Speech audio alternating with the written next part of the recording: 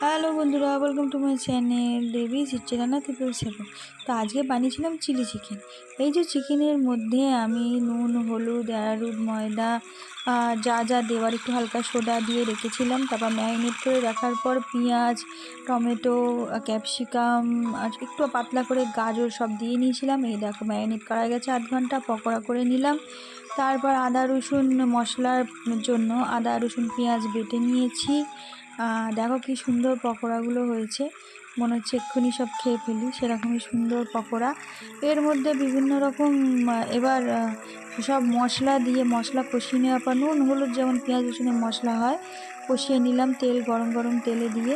এই যে এগুলো দেবো সস, এটা আমি কর্নফ্লাওয়ার ভিজিয়ে রেখেছি জল দিয়ে, এটা চিলি সস আর একটু হালকা তেঁতুল।